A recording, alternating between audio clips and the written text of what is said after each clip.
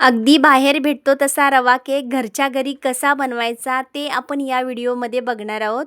आणि हा केक मी कुकरमध्ये बनवला आहे. एका वाटीच्या मापाने अगदी अचूक प्रमाणात आपण हा केक बनवणार आहोत, त्यामुळे व्हिडिओ शेवटपर्यंत बघा. आता यासाठी लागणारे साहित्य बघूया. 1.5 वाटी रवा घेतलाय मी. त्याच वाटीने 1 वाटी साखर घेतली. अर्धी वाटी दही घेतलंय आणि पाऊण वाटी इथे मी मैदा घेतलाय. आणि तेलसुद्धा मी बरोबर पाऊण वाटी घेतलंय. इथं मोहरीचं वगैरे तेल वापरायचं नाही, ज्याला वास येतो ते तेल वापरायचं नाही. आता काय करायचं, मिक्सरच्या भांड्यामध्ये हा जो रवा घेतलाय ना आपण, तो रवा आपण घालून घ्यायचा आहे त्यामध्ये. आता त्याच्यासोबत जी साखर घेतली ना ती पण यामध्येच घालून घ्यायची. आता ह्यामध्ये काय करायचं, थोडीशी वेलची घालायची आणि हे मिक्सरला फिरवून घेऊयात. आता हे सगळं मी मिक्सरला फिरवून घेतलं आहे. हे एका बाउलमध्ये काढून घेते मी. आता यासोबत जे दही आपण अर्धी वाटी घेतले ना ते दही पण यामध्ये घालायचे. आता ज्या वाटीने आपण दही घेतलं आहे अर्धी वाटी, त्याच वाटीने 1 वाटी भरून दूध घ्यायचे आणि हे दूधसुद्धा यामध्ये घालून घ्यायचे. आता हे सगळं व्यवस्थित आपल्याला हलवायचं आहे. एकजीव होईपर्यंत व्यवस्थित त्याला हलवायचं आहे. आता पुढेसुद्धा आपल्याला दूध लागणार आहे, ते मी तुम्हाला नंतर सांगणार आहे. आता हे सगळं व्यवस्थित मिक्स झालं आहे. याला झाकण घालायचं आहे आणि 10 मिनटं मुरण्यासाठी बाजूला ठेवून द्यायचं. आता रवा आपला मुरतोय तोपर्यंत आपण बाजूची तयारी करून घेऊयात. आता इथे मी केक टीन घेतला आहे. त्याला व्यवस्थित असं सगळीकडे सारखं तेल लावून घ्यायचं. तुमच्याकडे जर केक टीन नसेल तर तुम्ही कोणताही कुकरचा डब्बा वापरला तरी चालेल. आता त्यामध्ये थोडासा मैदा टाकायचा आहे आणि हा मैदा सगळीकडे पसरवायचा आहे. अगदी वरतीपर्यंत सगळा पसरवायचा आहे मैदा. आता या मैद्याच्या ठिकाणी तुम्ही बटर पेपर घातला तरीसुद्धा चालेल. आता हा एक्स्ट्रा जो उरलाय मैदा तो मी साईडला काढून घेते. आता एका वाटीमध्ये अर्धी वाटी मैदा घेतला मी. त्यामध्ये थोडीशी तुटी फ्रुटी टाकायची आणि व्यवस्थित त्याला हलवून घ्यायचं. आता इथं कुकर तापत ठेवूया आपण. त्यामध्ये फक्त जाळी ठेवले मी आणि वरती ताट घातले.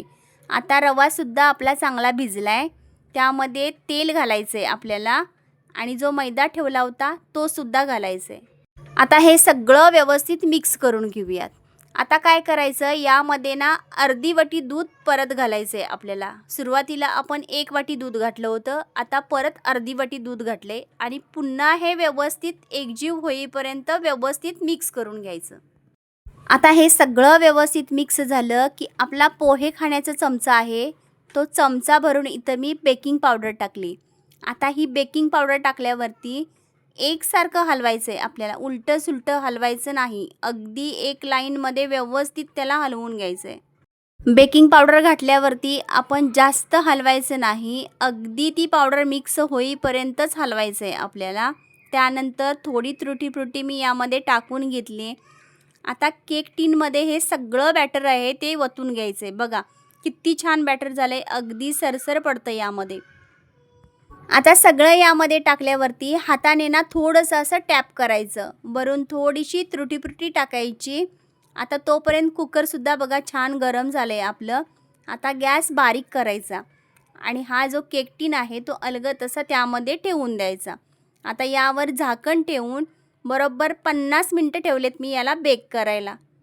आता 50 मिनटानंतर त्यावरचं झाकण काढलं आहे मी. बघा किती फुगून वरती आला आहे केक हा.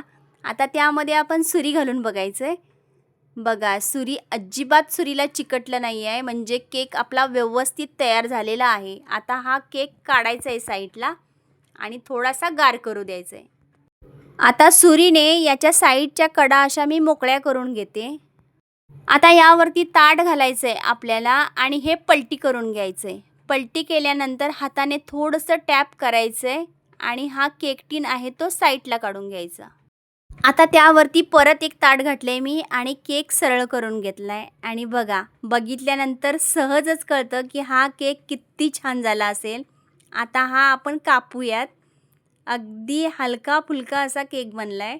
कोणालाही बनवता येईल इतका छान सोपा केक आहे हा. तुम्हीसुद्धा नक्की ट्राय करा आणि आवडला असेल तर लाईक करायला विसरू नका. बाय.